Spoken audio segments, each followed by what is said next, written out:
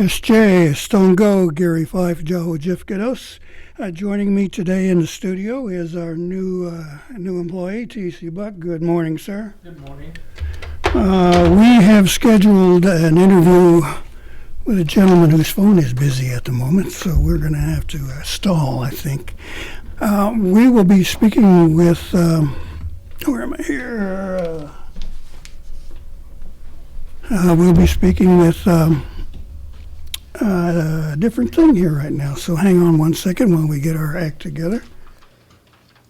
Kimmy Wynn Hummingbird, Children and Family Services. Okay, we've got Kimmy Hummingbird come into the studio and talking about some issues and dealing with her program. Now, which is your program, ma'am? Children and Family Services. Right, and we were looking at some of the things dealing with the Indian Child Welfare Act, right? Today, I believe we're going to be talking about our Way Up program. I'm sorry, yeah. That's okay. We were expecting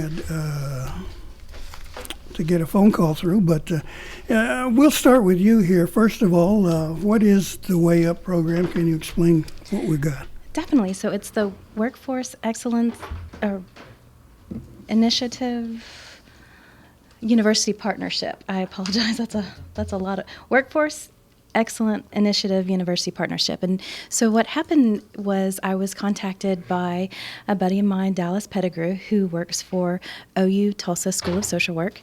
Mr. Pettigrew and I have worked together for probably about 15 years now, and he asked if I wanted to partner with him and write this grant to potentially provide stipends for Native students to get either their bachelor's in social work or their master's in social work with OU Tulsa.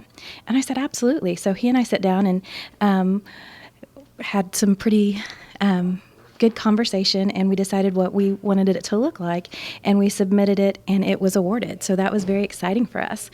So we actually had our signing day last week, and so we selected 5 of the applicants, and of those 5, 4 of them are Mvskoke Creek citizens. 2 of them are current Mvskoke Creek employees. One of them, Samantha, works with social services, and then Trent Rabbit works with us at Children and Family Services. And the other 2, Jennifer and Brittany, are current grads of the Mvskoke Nation.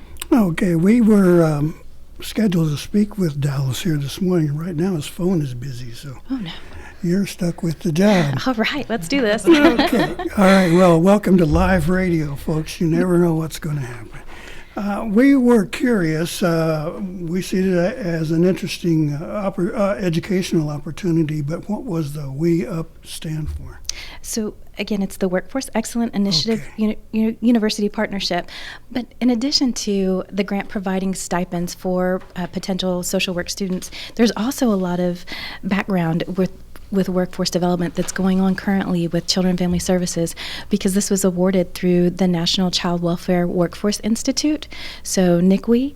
And we were fortunate that, so again, we did their signing on a Thursday, and beginning the Monday of that week, that Monday through Thursday, NCWI was actually in our Okmulgee office.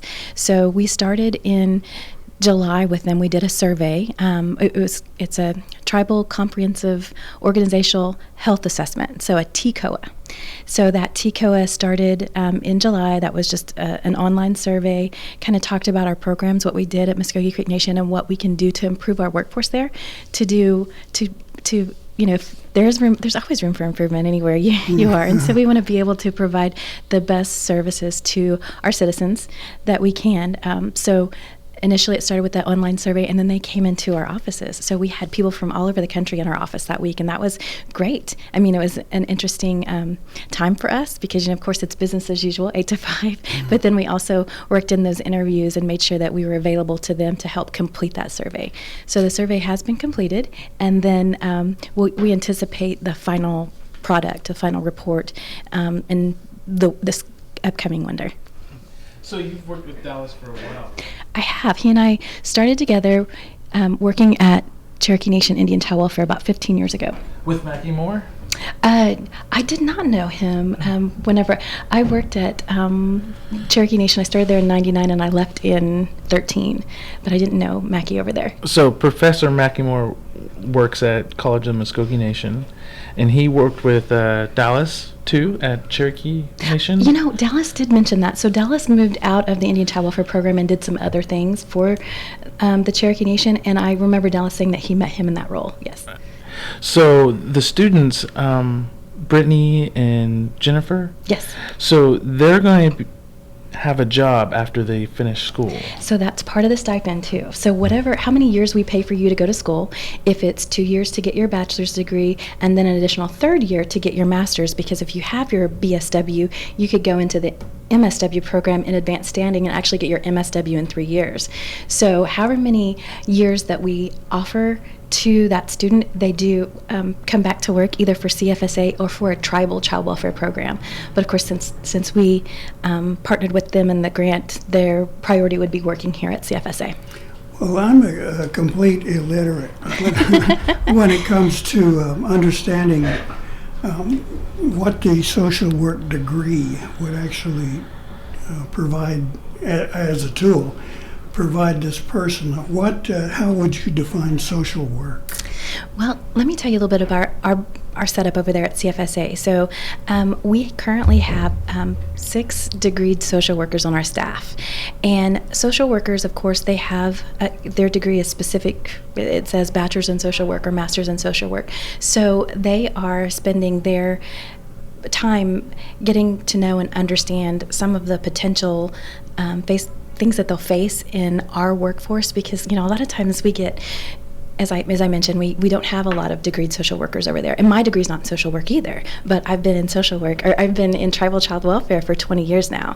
So I don't think that anyone or you always have to have a bachelor's degree in social work to work in social work. I think it's about the person, the individual, and if they understand the big picture, is of course doing everything we can to keep our families together. So social work, it'll guide you towards a specific set of tools that whenever you come out of school, you're prepared and you know what it's going to look like. Because a lot of times we get applicants that they're like, oh yeah, I want to sit all day and hug babies. I do too, but that's not what we do on a daily basis over at CFSA. We are called out for some tough situations, and we see some things and we hear some things, and we spend a lot of time trying to heal our families. So people who don't come with that background, that don't know what a normal day in a child welfare worker's life looks like, are kind of surprised sometimes whenever they come over and hear what we're about or see us. So we do have a lot of turnover, and that's why I visited with Dallas about the potential for this, because we'd love to see some stability there, some growth. Now you mentioned I guess facetiously, hugging babies. But, I presume that works its way in. But let me take that one step further. What is a social worker's day like? And you mentioned hugging babies. It tells me family contact. So what would they be doing, their tasks, their job during a day? So I can honestly tell you that no 2 days look the exact same. And what I had scheduled at 8:15 this morning did not happen at 8:15 this morning. Or so I don't know. 10 o'clock here. Exactly. Yes, exactly. So there's a lot of, again, working with families, getting to build those relationships, because we do see their families at their most vulnerable states. And so just developing a relationship and letting them know that we're here to support them, and to know that we're in it with them for the long run. We want to do whatever we can to make sure that family stays intact, and we're going to make sure that family has the services provided to them that they need to correct the conditions that led to those children being removed. And even though cases generally can look similar on paper, like in black and white, they look a lot alike, each case is so individual, and the family dynamics are just so drastically different that I've been doing this for 20 years, and I can't say that I've actually had 2 cases that look the exact same. So we spend a lot of time hands-on with our families, trying to help them get to where they need to be able to be the best possible parents that they can for their children.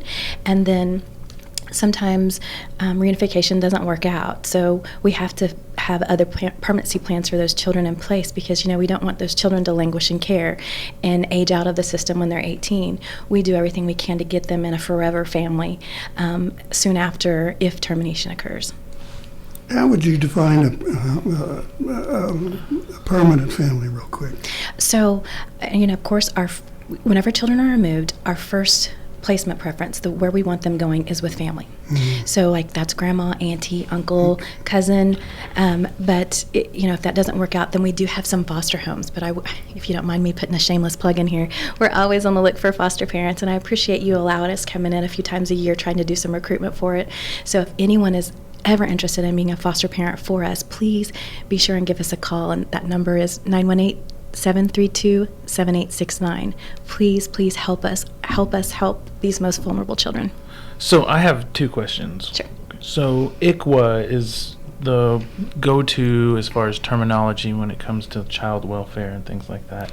And another question is, how many people are already working in the social work field for the tribe? Or is that why you wrote the grant? Is because there wasn't enough workers?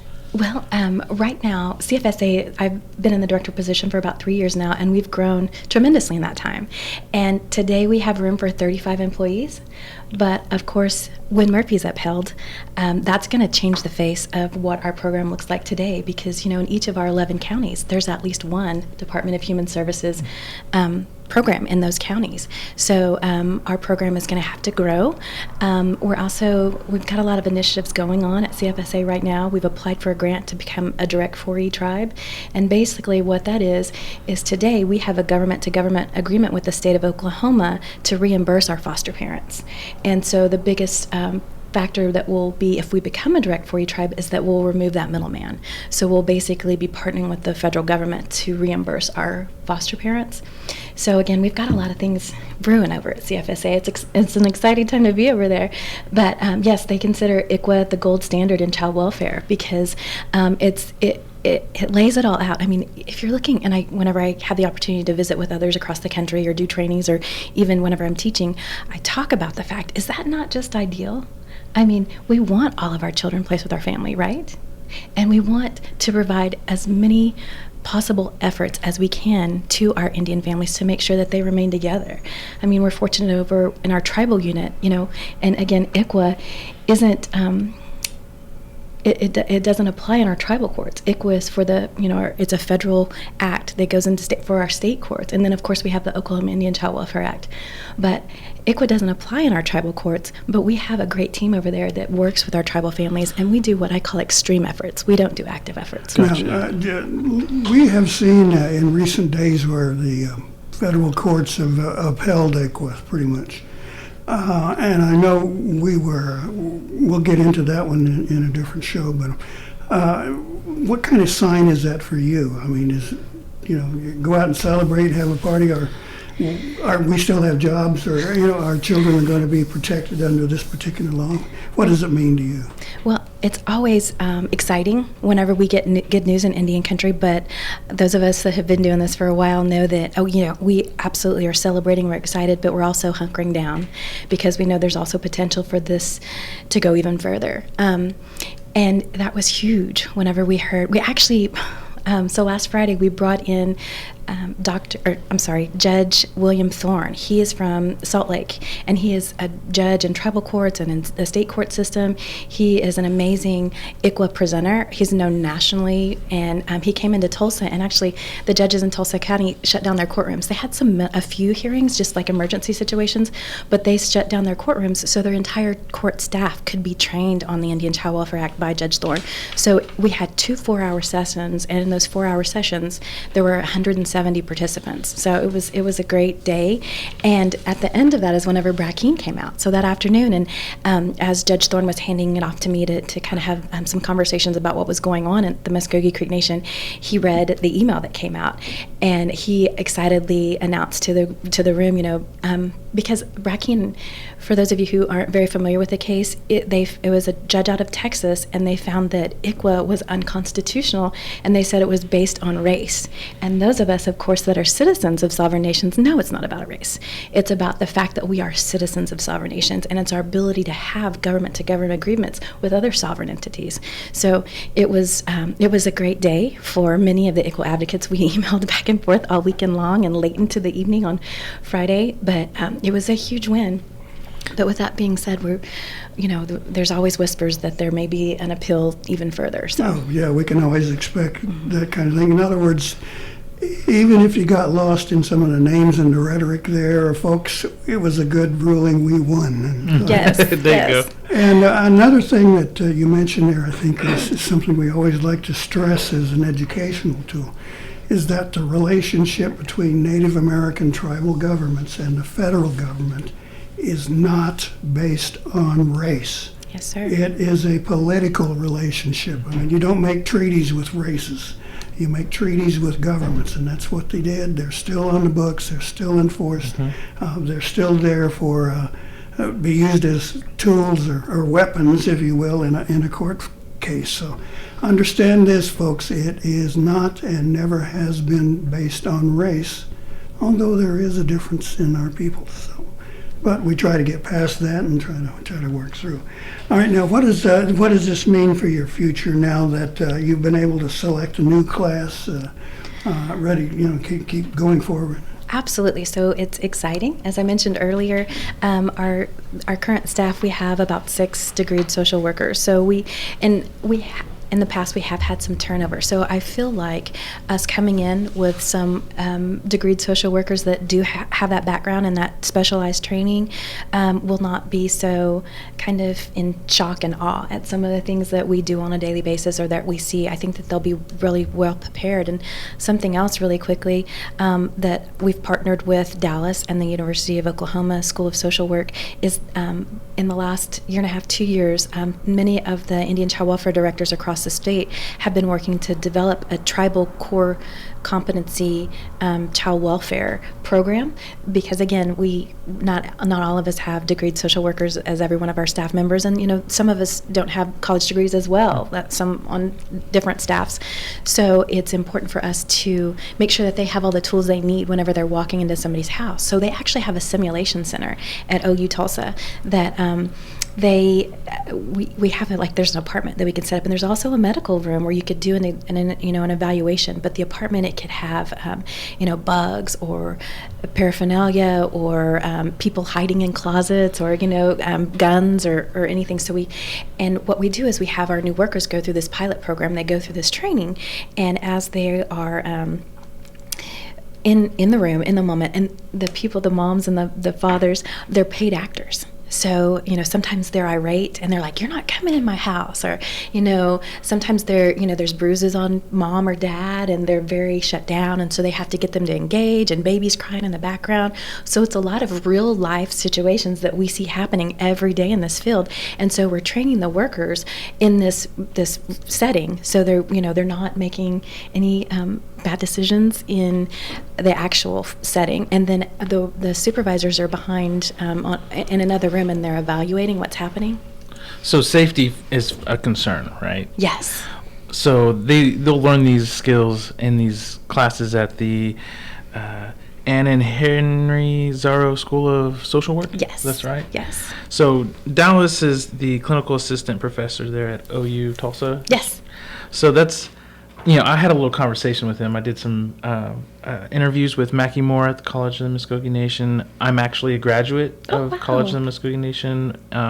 The 2 students that are still at the college, they're getting their degree in tribal services. So this was like right up their alley. Yes. Right. So Dallas told me that they got the grant for for the next 4 years. There's going to be $550,000 allocated to student tuition and student needs. Is that right? I believe 65% of that goes towards the student need and tuition, and I think depending on how many years you receive the stipend for, it could average. I think the average that we have starting this amount is about $20,000 per student. So these first 5 students are just the tip of the iceberg as Yes, far sir. as what's going to be coming in the next 4 years. Yes. Okay. There's potential to bring new people on every year. So, I mean, they probably have no idea about the safety concerns, but they're going to find out. Yes. We're definitely going to make sure that they're very well trained before they leave there. Good. All right, now, if someone has questions or wants to perhaps become part of your program or hopefully a foster parent, how do they get in touch with you? Definitely. Please feel free to call the Mvskoke Creek Nation Children and Family Services office at 918-732-7869. We also have an email address, and it's mcnfamily411 at mcn-nsn.gov.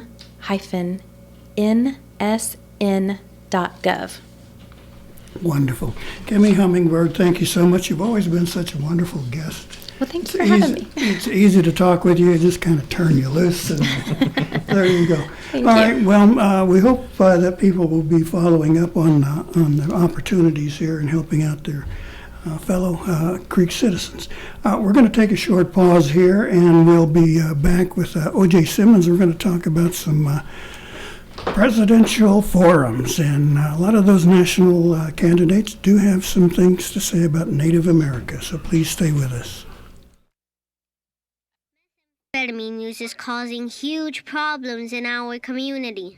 Hear that? That's the sound of something you can do about it. Events like rodeo, res ball, and family time can help keep kids away from meth. Talk to your kids. Keep our culture alive. A message from the Partnership for a Drug-Free America and the National Congress of American Indians. Learn more at ncai.org. Welcome back to Mvskoke Radio here on The Brew, 106.3 FM and 1240 AM. And you can catch us online at 1240thebrew.com. TC Buck and I are in studio today, and we're getting ready to talk with Mr. O.J. Simmons. Mr. Simmons, are you with us? I'm here. Okay, great. Now, last time we spoke, it was over the Wounded Knee situation regarding some medals, but now we have something a little more contemporary that our listeners would be interested in, and that is the presidential campaigns, right? Yeah, we actually set up a Native American presidential candidate forum where candidates will be coming to listen to Native American issues moving forward. So we're actually putting Native issues in the forefront prior to any election. Now, this, when I heard about this, and I was thinking, well, there's something new. All of a sudden, these folks are paying attention to what we have to say and what our concerns are. How did that strike you once you began the effort to put this together and the response that you got? It was kind of a thinking it over after we were able to, move forward on the Wounded Knee medals. We kind of figured that the Native voice was getting a little more powerful politically, and that in order for us to keep that movement going, we had to have something else that would keep Native issues in the forefront. And so we decided we would come up with a presidential forum, and it's named after Frank Lemire, who was a civil rights leader on Indian causes throughout the United States, and he just recently passed away. He was part of Four Directions, and so we decided, in honor of Frank, we would put this on. So it was a shoot for the stars kind of thing. Okay, Mr. Simmons, are you on a cell phone right now, or? Yeah. Okay. I can. Can you hear me better? Well, that's actually too much. Back off just a hair or two. Okay, how about now? That is perfect. Okay, great.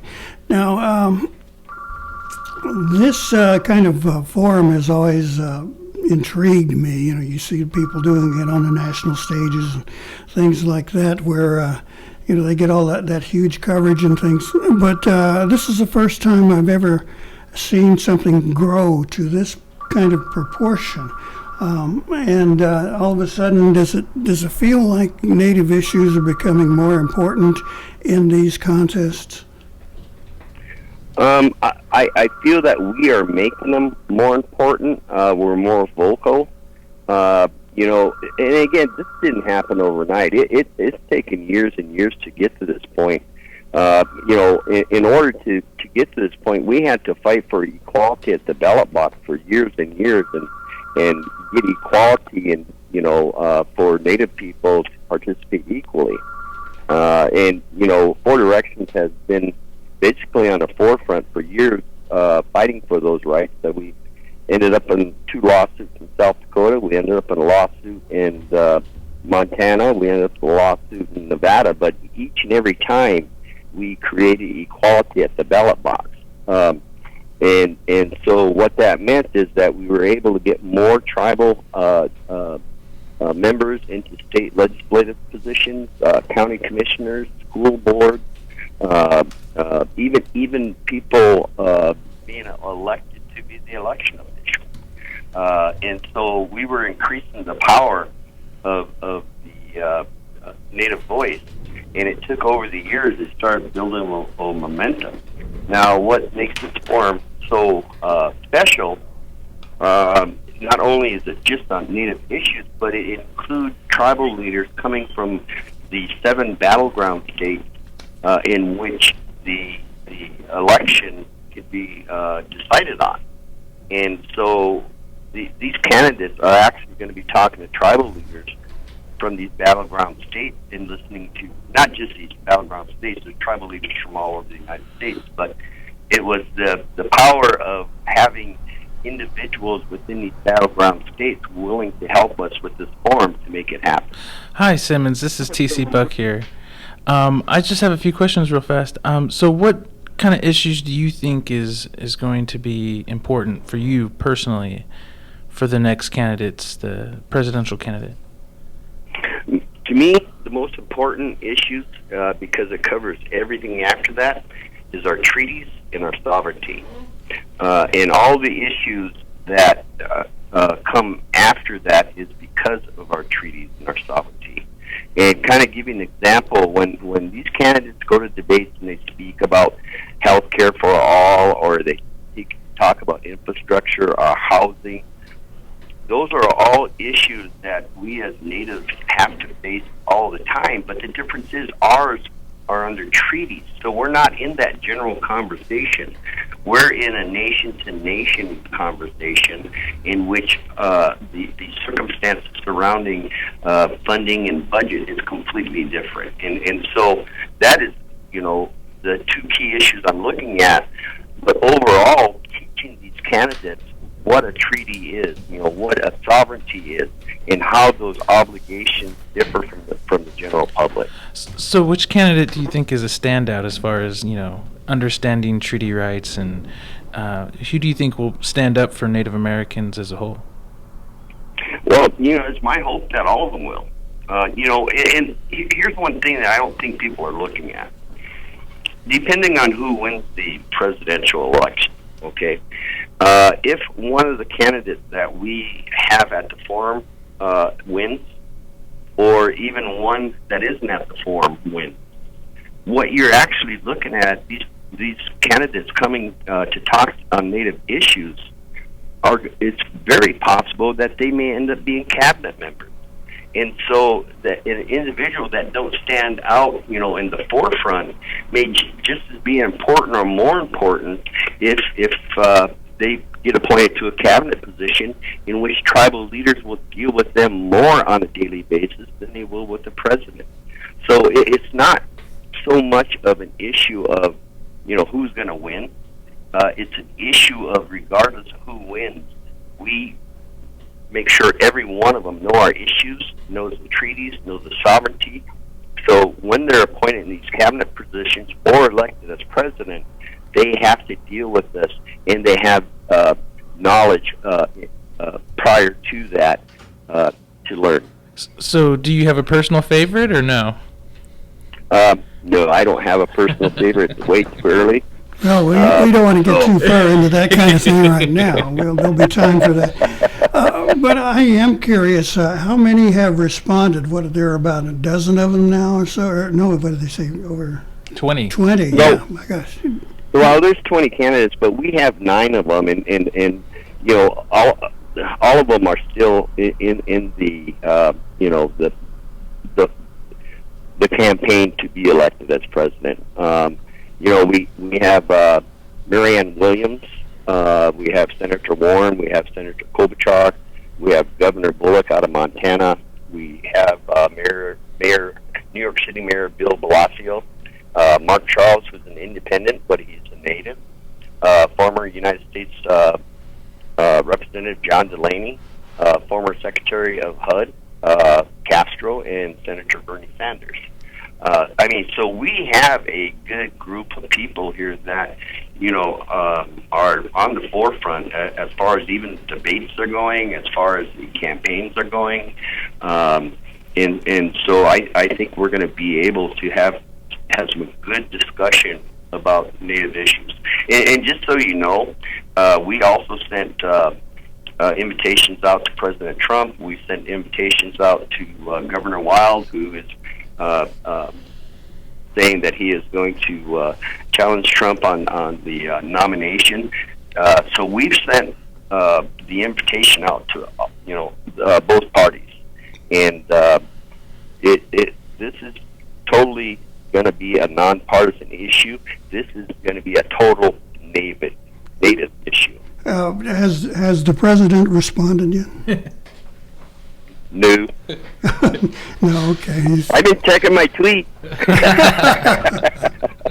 Yeah, we've seen the candidates participate in forums already, you know, the TV things, and I'm sure they probably ate a lot of corn dogs at the Iowa State Fair recently. But at this point, has any of them shown you a particular knowledge of Native issues, one they're more comfortable in dealing with these, or have perhaps some of this in their background? Sure. If you starting from the top, if you listen to when Senator Warren's talking about stuff, even though she's talking to the general public, she puts language in there that also identifies Native Americans, how she wants to help in advance the relationship. Governor or Senator Klobuchar has natives within Minnesota, so she too is well aware of Native issues and has supported legislation for Native issues. Governor Bullock out of Montana, again, he has natives within the state of Montana at a high percentage rate, and so he deals with natives and has worked with tribal leaders in Montana to make improvements on the reservation. So I mean, it depends on what they did in their prior life, of whether or not they have that type of connection. So, but I really don't think that's important, as those that don't have it, we are going to be able to help them and for them to learn it. Well, for me, there's a name that I didn't hear, and that was Gabbard. I think she's a candidate from Hawaii. Do you have any information or background information on her? No, we worked for quite a while to get her to be a part of the panel. But as you know, she's active military, and it just so happened she was going to be deployed out of country. And there's no way, being a native, being a veteran, and the majority of our people being veterans, that we are going to hold that against her one bit. As a matter of fact, we consider it an honor that she considered trying how to get there, but chose country first. So, I want to make that clear. She's not going to be on it, but it wasn't because she didn't want to. She tried everything she could, but she had to, do her duty to country. This sounds like monumental project trying to put all this together. Are there any unforeseen difficulties now that you're in the process of you seeing this come together? What are the hurdles that you're having to deal with still? Well, working most of my life in Indian country, I've realized that you go in with plan A, and by the end of the day, you're going to probably be on Z22. So it's just a matter of saying this is what we want to do, but be flexible or like water to be able to make changes, make it happen to work for people. So, yeah, I see problems, but I'm not sure what they're going to be yet. I wish I could see that future and take care of it.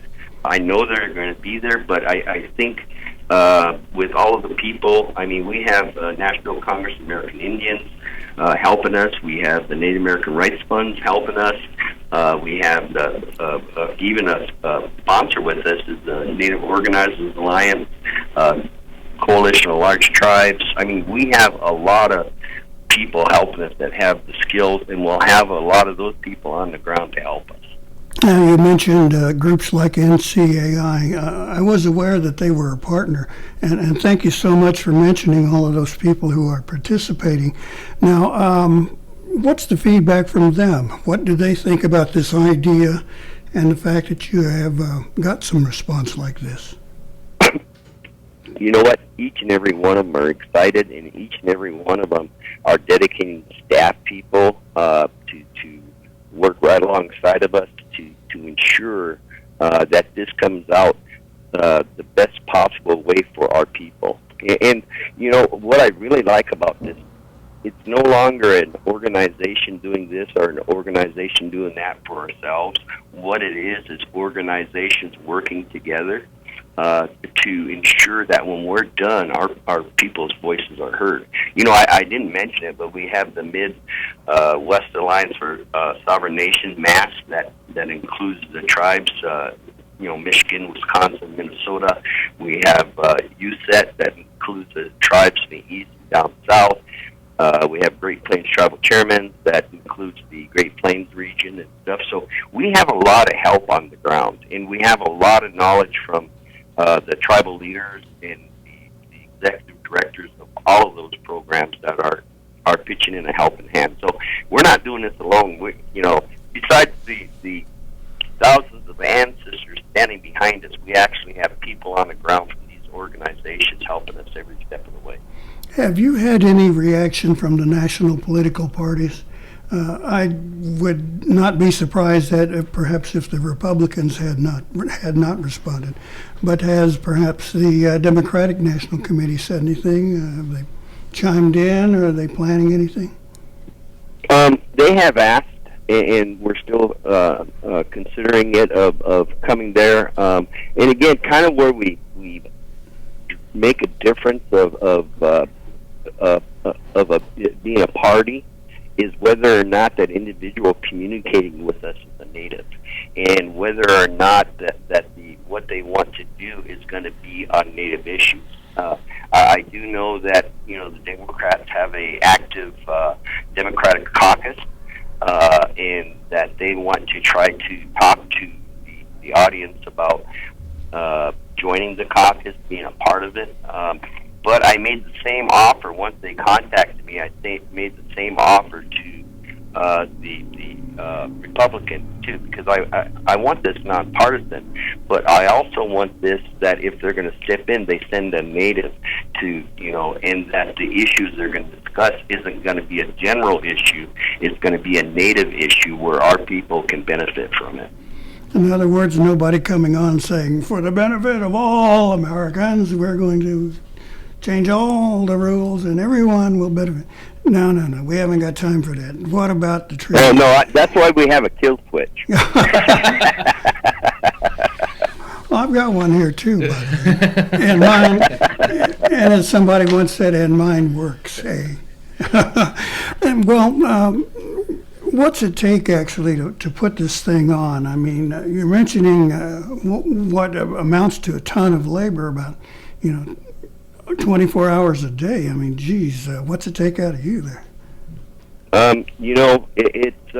It's consistent between talking to the campaigns, the candidates, the news media, working, online, or working with the other organizations. There really isn't enough hours in the day to wake up in the morning and say, I got this. It's you wake up in the morning and say, I got way more to do than there is hours in a day. So, but the thing about it is just not me doing it. There's hundreds of people behind me doing the same thing. They want this to work for our people. Native America in the past has leaned a lot towards the Democratic Party, being more of a grassroots kind of thing as opposed to Republicans who are going in a different direction. Have you had any feedback? I noticed that Native media now has really begun to pick it up and promote it, if you will. And I'm curious if you've begun to hear from just regular folks like us, and what do our people say about this thing going on? I get a lot of calls. I mean, because my actual phone number's on a website. When we put on information, my phone's so I get a lot of calls from tribal members throughout the United States, and I can tell you, each and every one of them are very excited that this is happening. And if you don't mind, I want to kind of jump back to when you were talking about natives leaning more Democrat than Republican stuff. Both parties cannot take our vote for granted. I mean, when we start talking about Native issues, I think what the parties do is has nothing to do with us unless they include our Native issues in it. And just to let you know, when we started suing the states, when we sued the state of South Dakota, it was a Republican Secretary of State. When we sued Montana, it was a Democratic Secretary of State. In Arizona, when we sued him, it was Republican. In Arizona, we have an active case now. We started suing a Republican. We ended up suing a Democrat. I mean, so this isn't a party issue. This is a Native issue that we need to ensure that our people are put first above any party. So you said your number is on your website. Would you like to name drop your number or your website? Yeah, it's Four Directions Vote.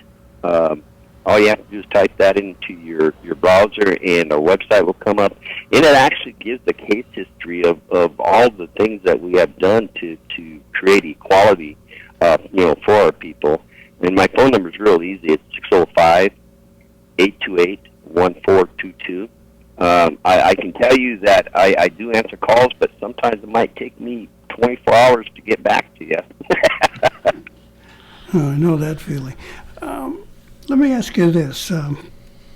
When I was just a young whippersnapper, I was working in Washington, D.C., and we're talking the early 70s. I'm that ancient here. And I remember LaDonna Harris and the Americans for Indian Opportunity working with a number of groups to put on a session for presidential appointees and government officials. And she called it Indian 101. And it was designed to inform these people who are in these powerful positions about what is real in Native America, in other words, in terms of issues and political leanings and things like that. And including the fact that I always emphasize that this is a political relationship. In other words, there is no Bureau of Black Affairs or Chinese Affairs. There is a Bureau of Indian Affairs. And that symbolizes the treaty relationship, the trust relationship between Native American tribal governments and the federal government. And I think they were, people who put it on were always really surprised at the wealth of ignorance, if you will, of coming from these federal people and political folks. Now, do you foresee something like this, no matter who gets elected? Are we going to have to educate them about this relationship? Exactly. But this is the start of that education. This forum.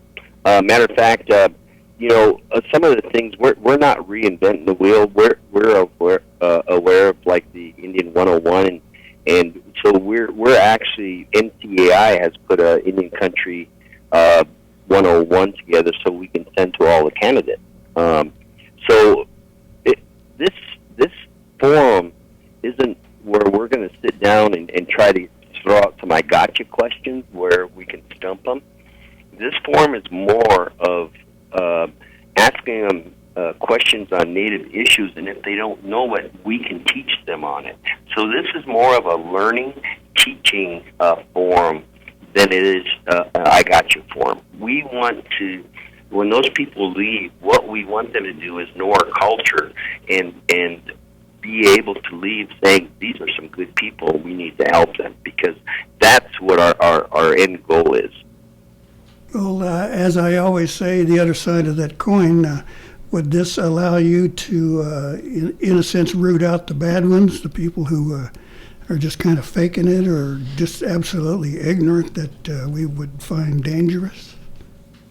Well, and that's why I hope people, we're going to live stream this, and also we have a Four Directions Facebook. It's just Four Directions, but we're going to live stream this.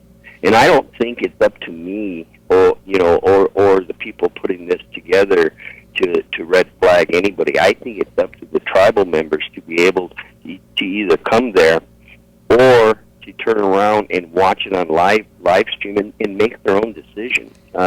That's one thing where I think we as Native people stand above others in that we respect the opinion of our people, even if it's different from ours. And any indicators then of folks who have fairly decent knowledge then? I know my partner here tried to ask that question and I shot him down, but is there a bright light there? Well, yeah, it's kind of like the world we're entering into in this forum is, first of all, for the candidates, it's a different world for them because it's focusing on issues they probably never had to deal with on a daily basis. And so there is going to be some confusion there. But on the other hand, our people, we're entering a different world in this political process of what these candidates deal with. And so it's going to be difficult for some of our tribal members to distinguish who's doing good, who's doing bad. And so we're hoping that this is not the last of this type of forum, in that we work at creating another one prior to the presidential election, and to really educate the candidates and our people. Because, I've been working in the white politics for a long time. I'm still confused. As a reporter, I'm kind of burnt out on it. Well, let me... give me a tribal election any day.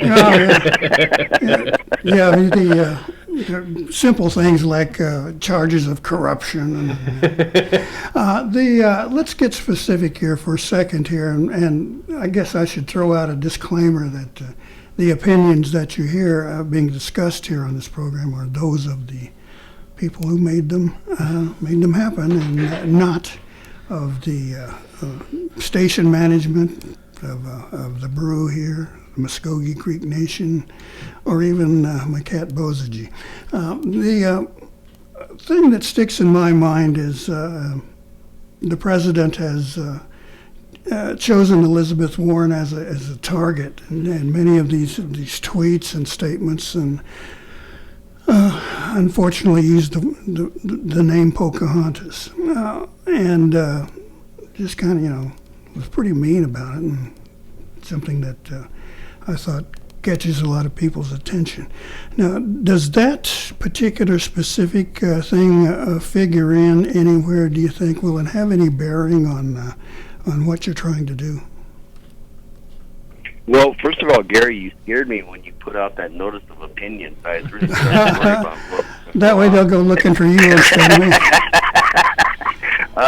You know, the movement we started to remove the Wounded Knee medals was because of a quote like that. And, you know, as this goes on, that's something that Senator Warren and President Trump between themselves need to battle out. But when it's done, our plan is that any time a tweet is done that is dehumanizing our people or making us an object or a fantasy, what we are going to do is actually bring up real issues such as the Sand Creek Massacre, of what that type of dehumanization does. When that tweet comes out, we want to talk about the murdered and missing indigenous women. So he can tweet as much as he wants because he is actually going to be giving us our circle to teepees so that we can get real issues out there that have been haunting us and knocking us down for hundreds of years.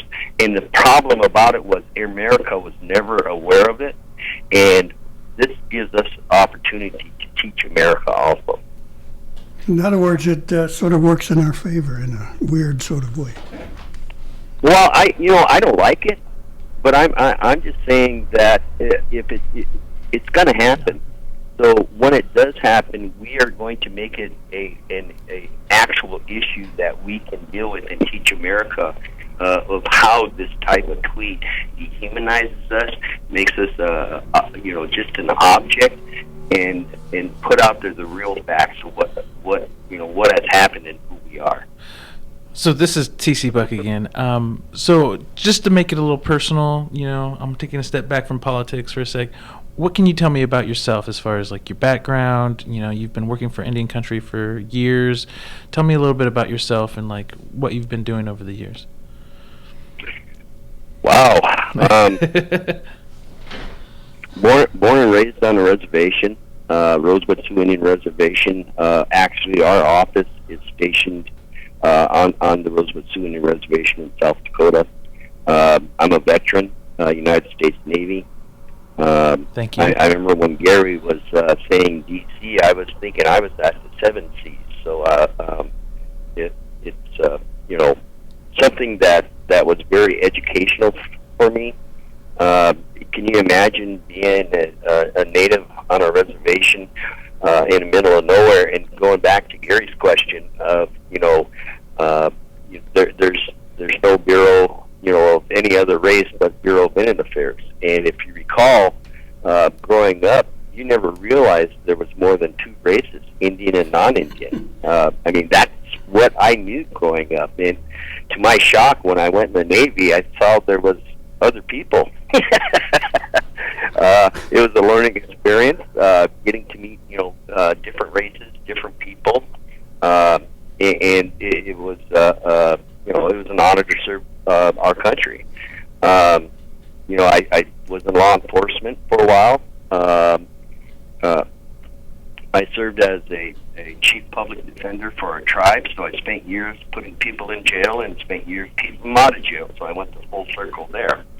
But one of the main things that I saw was that there was a lot of important issues going on, and there was a lot of hot contested races that were happening. And looking at the number of our people, we could have made a difference in that. And by making that difference, we would have been able to sit at the table sooner and improve our economic and social plight that we face.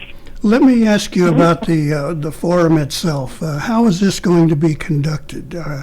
Will the candidates be on stage with a moderator firing questions from them? You're going to hear something from the floor. How have you got it planned? Well, to start out, we are working with the Winnebago tribe and the Omaha tribe, where we're going to have posting the colors every day. And so on the 19th, the Winnebago tribe it has a drum group where we're going to be posting the colors, and that they are going to be doing the flag song in their traditional language. With the posting of colors, we've asked all the tribes coming to bring their tribal flag so that we can set it up on stage with the United States flag and our POW flag and the staff. So the candidates are actually going to be standing in front of all of the tribal flags that are going to be represented there. We are picking panels of tribal leaders, elders, people from organizations, youth, to sit on the panel.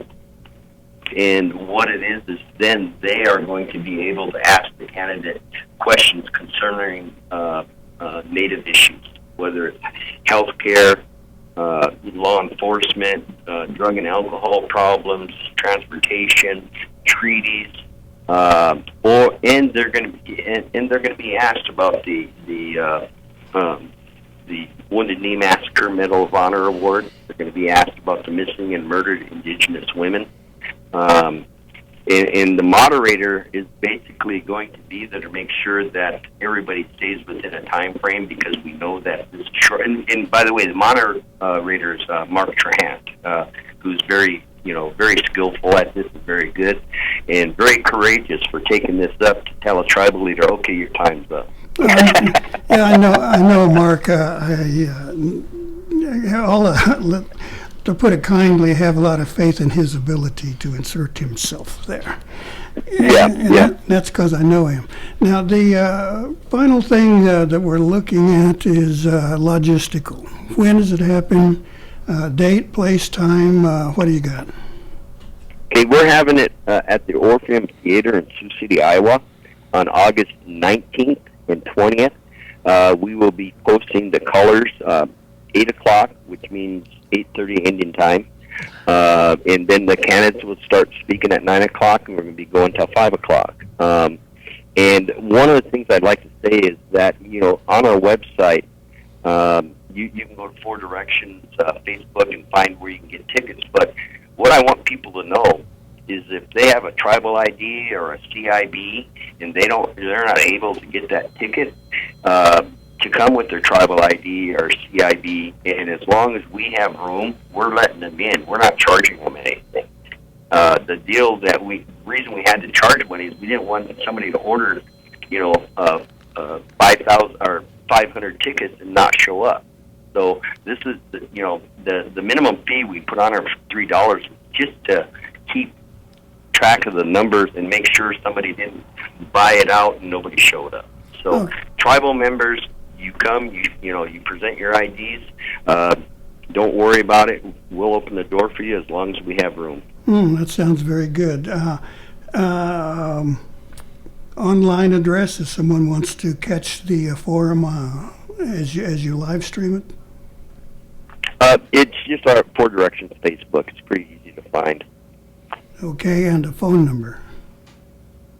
Any questions, you can call 605-828-1422. And that number I can get text too. Okay, great. Now, what happens when it's over? When you're going to go home and kick your boots off and take a nap in a recliner? What's going to happen with you? We move on. I mean, there's so many issues that we're facing that when we close the door there, we will take and have a pause for the cause with all of the people that helped put this together, and hopefully celebrate a good deal. But then we start looking at the future, what we need to do. So there's not really going to be any rest because we have so many issues that we have to face, and we're not going to.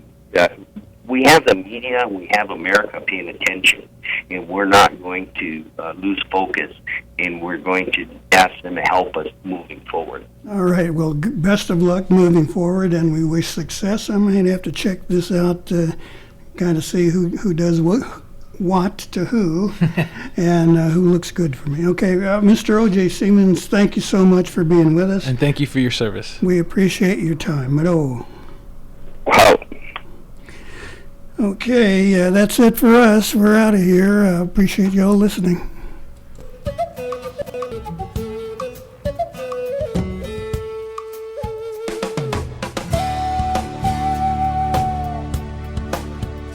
You've been listening to Mvskoke Radio.